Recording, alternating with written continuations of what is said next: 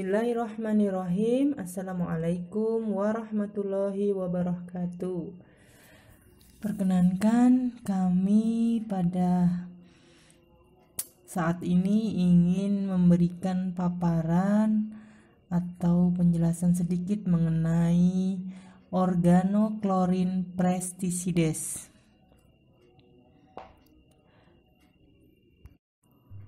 Kami terdiri dari 3 orang, yaitu saya sendiri, Asif Pinasti, lantas Ayu Sri Rahayu dan Renaldi.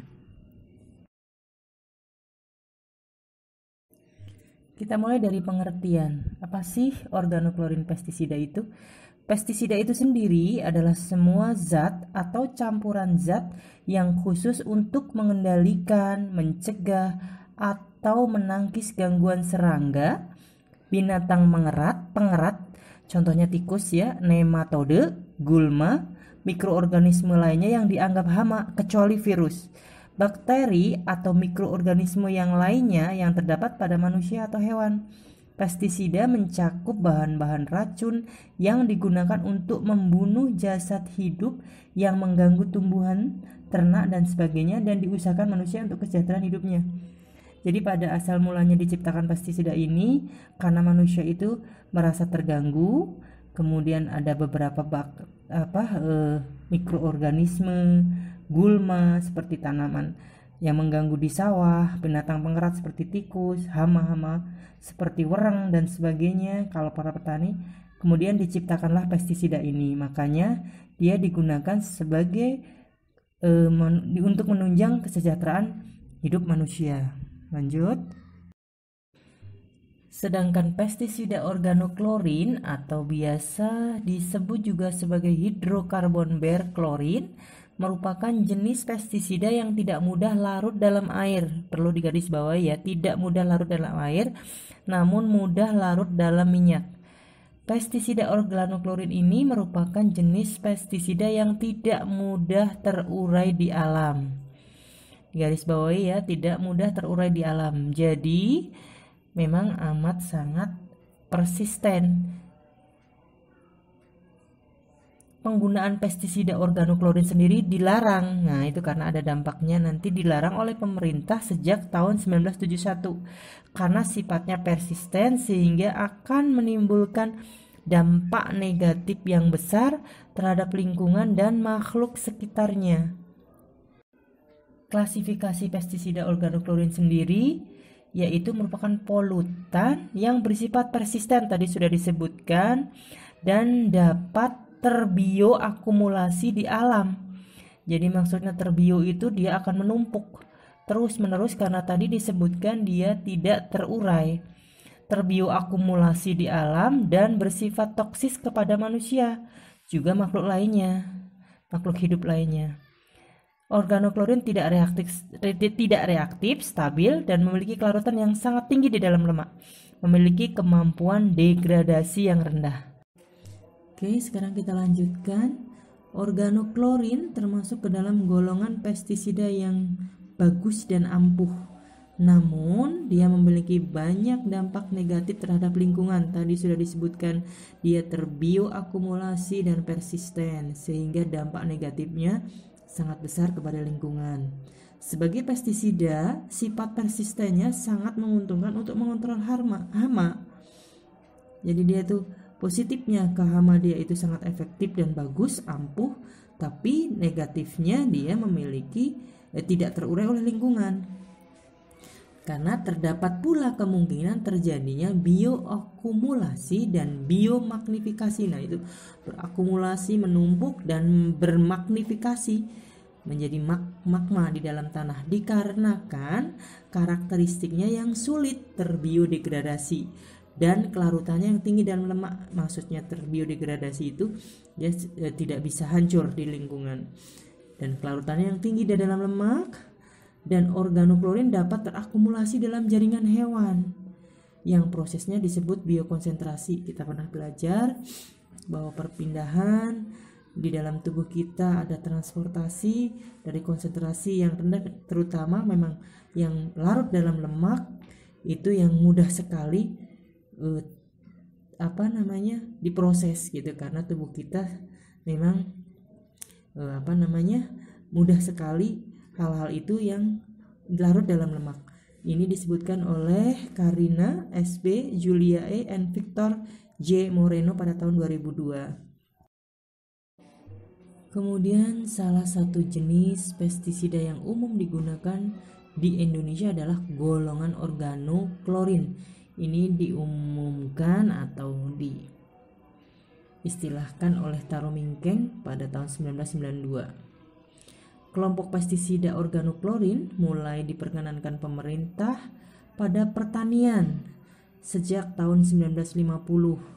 DDT digunakan selama program pemberantasan penyakit malaria sebanyak 2.600 ton per tahun selama tahun 1974 sampai dengan 1982. Bisa dibayangkan betapa menumpuknya DDT pada tahun-tahun itu digunakan oleh pemerintah Indonesia untuk pemberantasan malaria terutama khususnya di Pulau Jawa. Organoklorin sendiri dikelompokkan menjadi 3, tadi sudah disebutkan, diklorodifeniletan atau DDT. DDT adalah diklorodifeniletan, DDD, portan, metosiklor, dan metioklor. Kemudian ada siklodin, contohnya tadi aldrin, dieldrin, heptaklor, klordan, dan endosulfan. Dan ada sikloheksan benzen yang terklorinasi, contohnya HCB, HCH, dan lindan.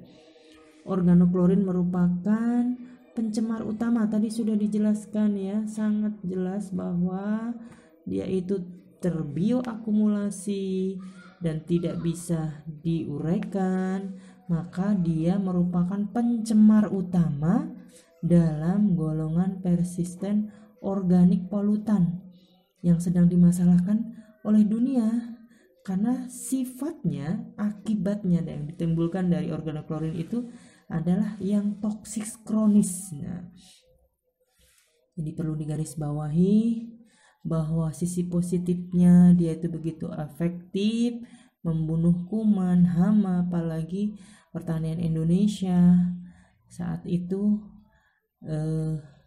masih amat sangat membutuhkan polutan ini, terutama DDT ya. Para petani mungkin sangat akrab sekali dengan produk DDT ini karena dia bisa untuk memberantas gulma, dia juga memberantas hama yang ada di sawah, wereng dan sebagainya, ada tikus, ada belalang gitu yang sangat merugikan petani. Tapi dia itu merupakan salah satu polutan yang sangat toksis, yang sifatnya merugikan karena dia tidak tadi terbioakumulasi dan tidak tergradasi di dalam tanah dan juga tidak bisa diurai. Dia menumpuk dan akhirnya menimbulkan sifat toksis. Di sini digambarkan ya, ada gambar yaitu pada tahun 1990 ada gambar mouth killer di sini, DDT, diklorodifeniletan. Pada tahun 1990 pestisida sudah dilarang yang jenisnya organoklorin. Di Indonesia sudah dilarang, namun karena harganya sangat murah, mudah sekali digunakan, efektif, maka DDT masih digunakan. Selain karena kurangnya ketegasan peraturan hukum yang berlaku, karena itu tadi, jadi sisi positifnya butuh, tapi sisi negatifnya dia toksis, kronis, dan merusak lingkungan. Ini dijabarkan oleh saudara Sudaryanto et al. Pada tahun 2007. Dan mungkin yang ayah ibunya petani juga masih tidak asing ya dengan obat DDT ini, karena saya yakin masihlah sebagian besar itu beredar di pasaran. Oke, paparan berikutnya nanti akan disampaikan oleh teman-teman saya mengenai efek toksikologi, dampaknya seperti apa, dan penanganannya seperti apa. Mari kita dengarkan penjelasan dari teman-teman saya berikut ini. Yang pertama, Pestisida dalam kelompok ini mengandung klorin, hidrogen, dan karbon. Kadang-kadang ada juga yang mengandung oksigen dan sulfur. Organoklir mengandung unsur karbon, hidrogen, dan klorin atau DDT dan D3-adrin. Daya racun terhadap organisme tertentu dinyatakan dalam nilai LD 50, lethal dose, atau takaran yang mematikan.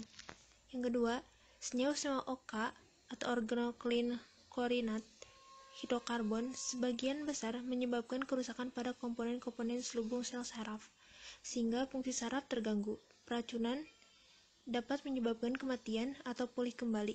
Kepulihan bukan disebabkan karena senyawa OK telah keluar dari tubuh, tetapi karena disimpan dalam lemak tubuh. Yang ketiga, semua pestisida organoklin sukar terurai oleh faktor-faktor lingkungan dan sifat persisten. Mereka cenderung menempel pada lemak dan partikel tanah sehingga dalam tubuh jasad hidup dapat terjadi akumulasi. Demikian pula di dalam tanah. Akibat peracunan biasanya terasa setelah waktu yang lama, terutama bila dos kematian atau lethal dose telah tercapai.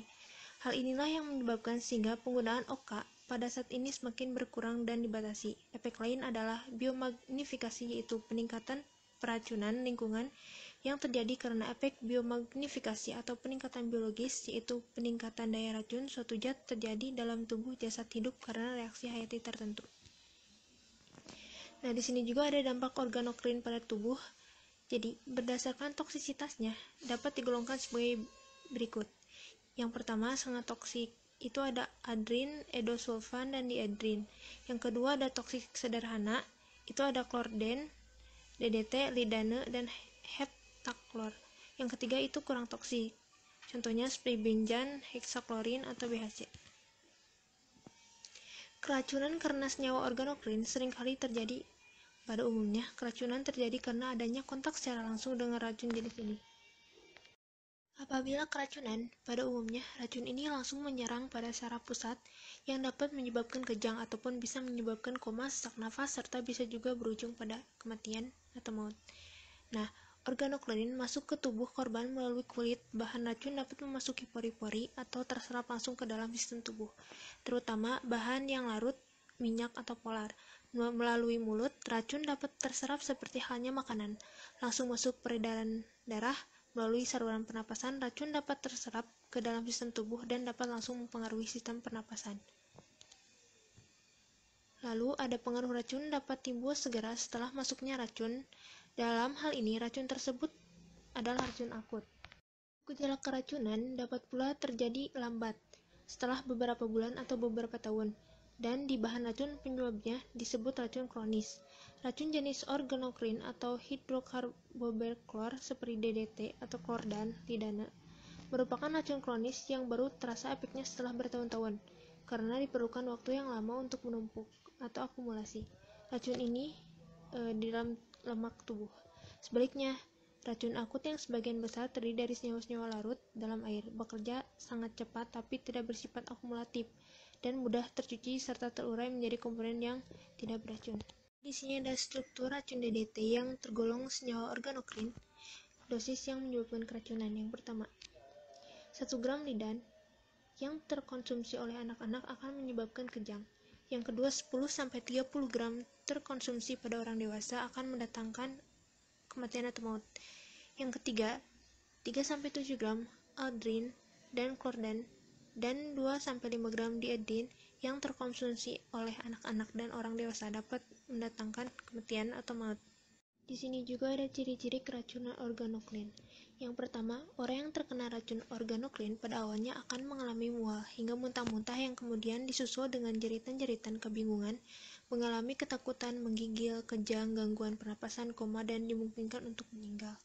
Nah, yang kedua, organokrin yang terkonsumsi dalam tubuh akan merusak hati serta buah pinggang yang memiliki kandungan lemak yang tinggi. Hal ini dikarenakan organokrin mudah larut dalam minyak yang juga termasuk dalam golongan lemak yang pada akhirnya akan menyebabkan penyakit kanker pada manusia. Yang ketiga, keracunan akut dari organokrin dapat langsung menyebabkan sesak napas sehingga korban perlu untuk diberikan napas buatan. Pertolongan korban keracunan pestisida.